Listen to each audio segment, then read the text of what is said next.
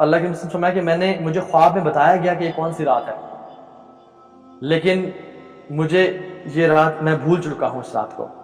ٹھیک ہے، لیکن مجھے یہ نشانی یاد ہے کہ اس رات میں نے جب سجدہ کیا تو میں نے جب زمین پہ اپنا سر مبارک رکھا تو اللہ کے رسول صلی اللہ علیہ وسلم کے بارش کی وجہ سے سر مبارک اس پہ پانی تھا، اور دیور ڈراپس جو کہ ایک مڈ ٹائپ کی تھی، پانی کو جب مٹی سے ملایا جائے، کیونکہ مسجد نبی اس ٹائم کچی تھی، کھجور کی ہوتے تو پانی جو ہے نا ڈراپ کرتا تھا، تو میں نے ایسے کیا۔ تو صحابہ کہتے ہیں کہ ہم روزانہ رات کو آسمان میں دیکھتے تھے کہ بادل ہیں یا نہیں ہے، تو بادل نہیں ہوتے تھے، لیکن 23ویں کی رات کو بالکل بادل بن کے آ گئے اور اٹ اسٹارٹڈ ریننگ۔ تو رسول اللہ صلی اللہ علیہ وسلم نے 23ویں کی رات کو جب سجدہ کیا تو سر اٹھایا تو ان کے چہرے مبارک سے اسی طرح سے جس خواب میں انہوں نے ایکسپلین کیا تھا کہ وہ یہ قدر کی رات ہے نکل رہے تھے۔ تو جو اس کا کنکلوژن ہے وہ یہ ہے کہ علماء کہتے ہیں کہ اٹ ویریز ایوری ایئر، ہر سال یہ مختلف راتوں میں آتی ہے، لیکن ڈیفینیٹلی ہمیں کچھ احادیث میں 27ویں کی رات کی فضیلت ملتی ہے ڈیفینیٹلی، اور لیکن اللہ کے صلی اللہ علیہ وسلم پھر سوال یہ کرتا تھا کیوں پورے آخری عشرے میں کرتے تھے قیام اور اعتکاف اور اپنی عبادات، شدہ میں ذرا و احیا لیلہ و انقذ اہلہ، اپنے گھر والوں کو جگاتے، راتوں کو آباد کرتے۔ اس کی وجہ یہ ہے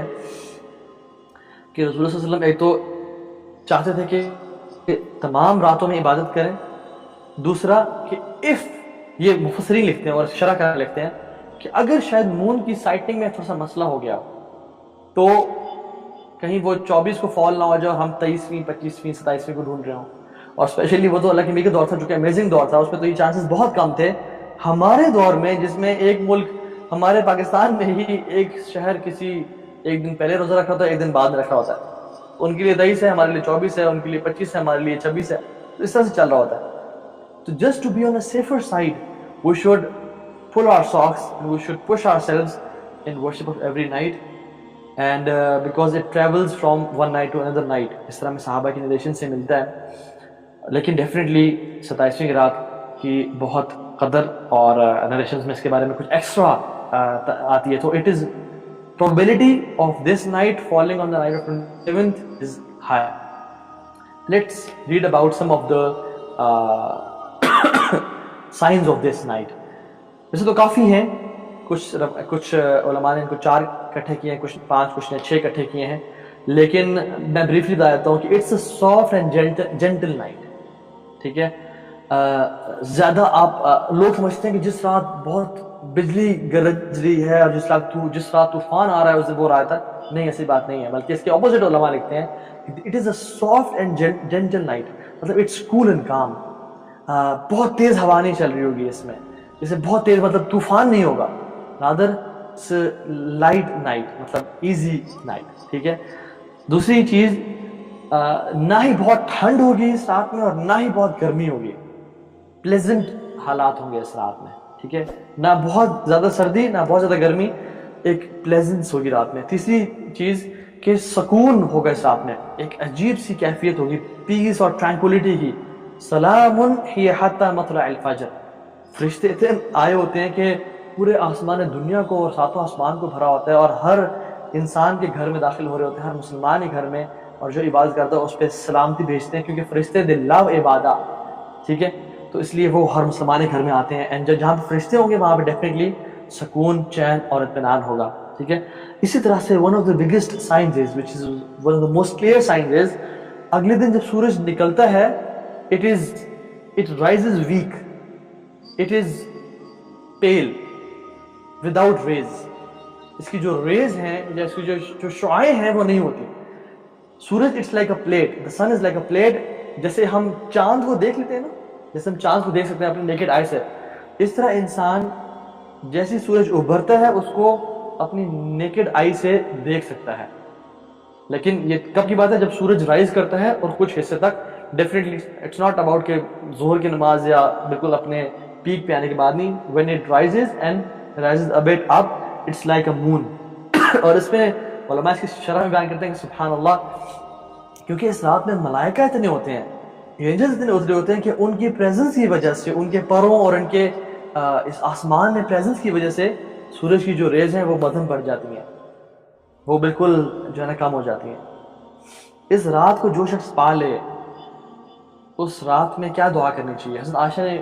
پوچھا یا رسول اللہ اگر میں اس رات کو پا لوں، یعنی میں ایسے سارے سائنس دیکھ لوں، مجھے پتہ چل جائے تو میں اس رات میں کون سی دعا مانگوں؟ تو اللہ نے فرمایا اللہم انک عفو تحب العفو فاعف عنا، یا اللہ آپ بے شک العفو ہیں، آپ معافی کو بہت پسند کرتے ہیں، تحب العفو معافی کو بہت پسند کرتے ہیں، فاعف عنا آپ ہمیں ہمارے گناہوں کو معاف کر دیں۔ ایک اور اوتھینٹک نریشن میں آتا ہے کہ اللہم انک عفو کریم، کریم کا بھی لفظ ایڈ کر دیا، کیونکہ ہم عفو اپنے گناہوں سے معافی تو آخرت کے لیے مانگ رہے ہیں، لیکن کریم کا جو لفظ ہے تاکہ ہمیں دنیا میں بھی بہترین طرح کی اللہ تعالیٰ ہمیں بلیسنگز دیں اور لائف دیں۔ تو اللہم انک عفو کریم تحب العفو فاعف عنا، یہ جو دعا ہے وہ مانگنی چاہیے۔ اور اللہ کے نبی صلی اللہ علیہ وسلم کیا اس رات کے بارے میں ایگزیکٹلی جانتے تھے؟ اگر جانتے ہوتے تو حضرت عائشہ کو اس حدیث میں بتا دیتے، لیکن اللہ کے نبی صلی اللہ علیہ وسلم جانتے نہیں تھے۔ ون آف دا حکمہ از کہ ایک تو مسلمان اسٹرائیو کریں اور رمضان کی ساری راتوں میں عبادت کریں۔ اگر ہمیں پتہ چل جاتا ہے کہ چلو یہ 27ویں کی رات ہے تو ہم پھر باقی راتوں میں اتنی عبادت ورشپ نہ کرتے۔ اور دوسری بات یہ ہے کہ اگر ہمیں اس رات کا پتہ چل جاتا ہے کہ یہ اس رات کی یہ رات ہے، تو جو شخص اس رات کو نیگلیجنس میں گزار دیتا، لاپرواہی میں گزار دیتا، تو کتنا بڑا گناہ ہوتا اس کو۔